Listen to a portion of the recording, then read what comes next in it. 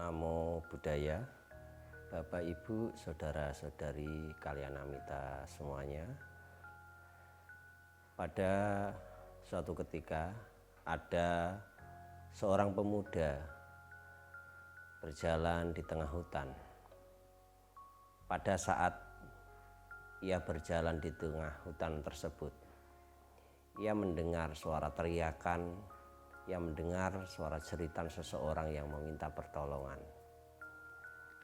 Pemuda tersebut mencari sumber asal di mana suara jeritan itu muncul. Pada akhirnya, si pemuda tersebut menemukan ada seorang pemuda yang terjebak di dalam lumpur. Pemuda yang terjebak tersebut apabila dia bergoyang bergerak, maka lumpur tersebut akan menariknya.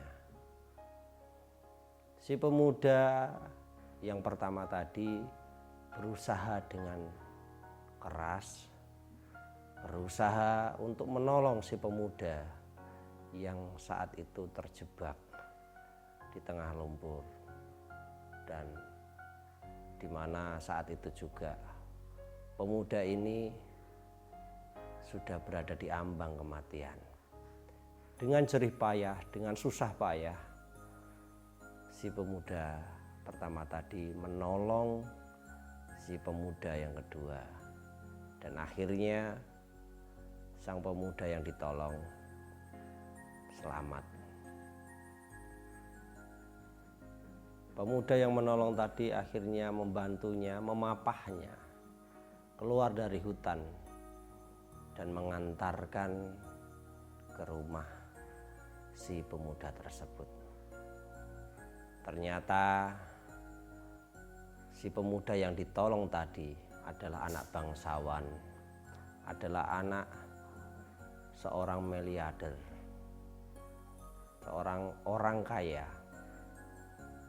Nah, orang tua dari si pemuda kaya ini mengucapkan terima kasih dan ingin memberikan hadiah sebagai ucapan terima kasih atas kebaikan yang telah dilakukan menolong si anaknya. Akan tetapi si pemuda yang menolong tadi, atau si pemuda yang tadinya menolong ini adalah pemuda yang miskin, ya. Jadi si pemuda miskin ini menolak pemberian uang yang diberikan kepadanya, dan ia menjawab bahwa sudah seharusnya kepada sesama harus saling tolong menolong, harus saling membantu. Mendengar perkataan tersebut, si ayah dari si bangsawan tadi merasa senang dan bahagia, merasa gembira. Pada kemudian hari, si anak yang kaya dan si anak yang miskin akhirnya berteman. Mereka akhirnya menjadi sahabat dekat. Pada akhir masa pendidikannya, si pemuda miskin ini berkeinginan ingin menjadi seorang dokter, ingin kuliah menjadi seorang dokter. Akan tetapi si pemuda miskin ini tidak memiliki biaya, tidak memiliki uang. Lantas kemudian ada seorang yang baik hati, yang dermawan, ya, memberikan bantuan beasiswa, memberikan bantuan biaya untuk pendidikannya. Jadi selama pendidikan untuk menjadi dokter, si pemuda miskin tadi ini telah ditanggung. Nah, pada akhirnya si pemuda miskin ini berhasil dan meraih gelar dokter. Karena kecerdasannya, karena kepintarannya, nah, sang pemuda miskin, sang dokter tersebut akhirnya menemukan obat yang dikenal akhirnya adalah obat penisilin. Jadi si pemuda miskin tersebut akhirnya berhasil melakukan penelitian dan akhirnya menemukan cara untuk membuat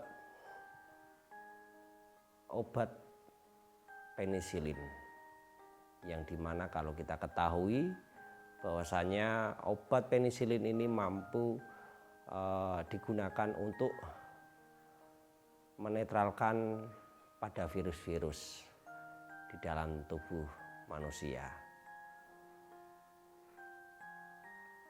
Nah,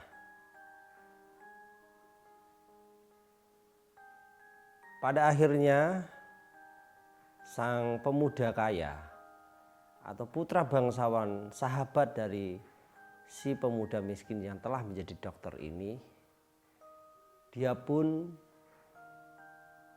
memilih menjadi seorang militer, ya.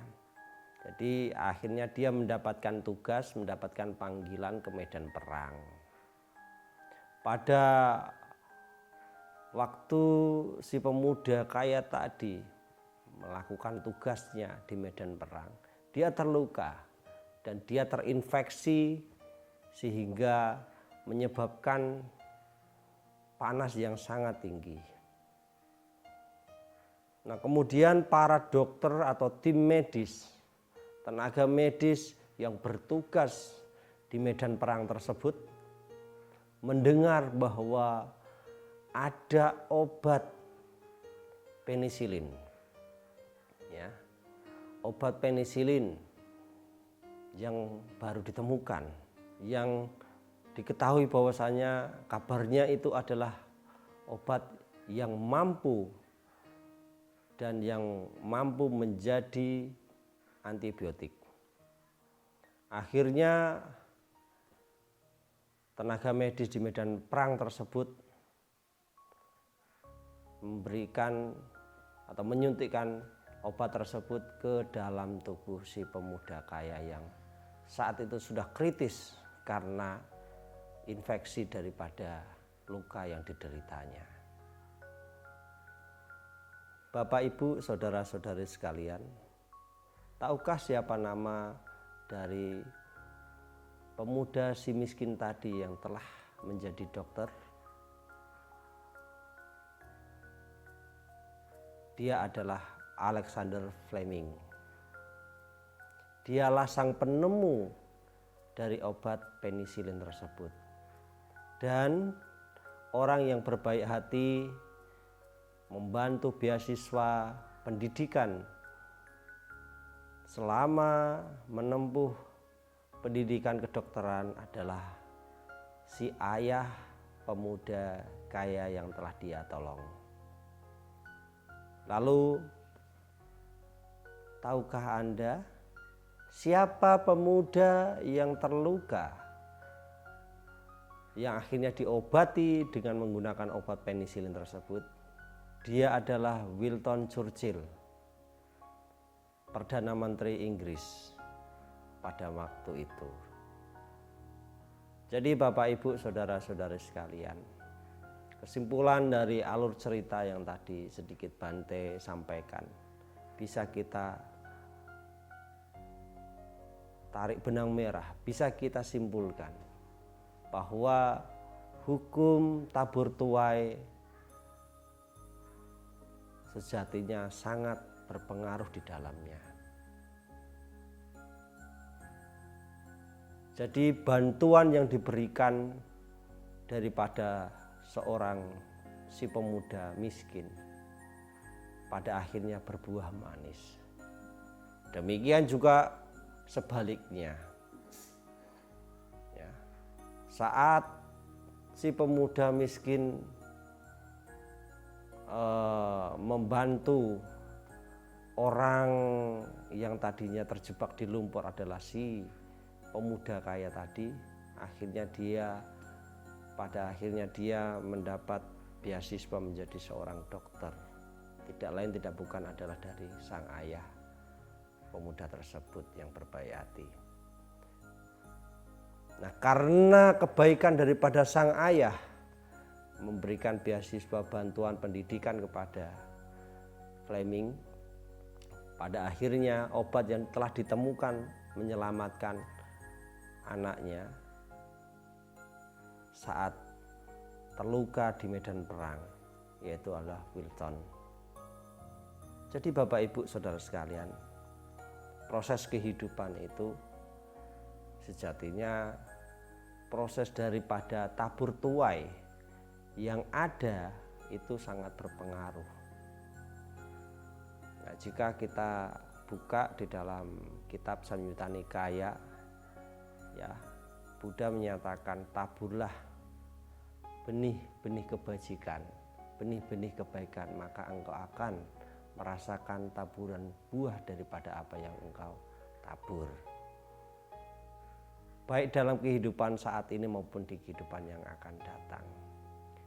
Kalau kita melihat dari cerita tadi bahwasanya buah manis daripada kebaikan yang sebenarnya tidak diharapkan, ternyata itu berbuah manis saat kehidupan ini juga. Jadi kebaikan akan membawa satu keindahan, kebaikan akan membawa satu kebahagiaan. Jadi oleh karenanya Bapak Ibu Saudara sekalian, jangan pernah kita melupakan kebaikan, menanam kebajikan, menabur kebaikan. Tetaplah selalu hidup pada prinsip kebenaran adalah di atas segalanya. Jangan pernah sia-siakan kesempatan yang ada. Karena seperti halnya apa yang telah Buddha sabdakan, bahwa taburan benih yang kita tanam akan membawa kita kepada rasa kebahagiaan, kehidupan penuh kebahagiaan. Tapi sata bawantu sukitata, semoga semua makhluk turut berbahagia. Sadu, sadu, sadu.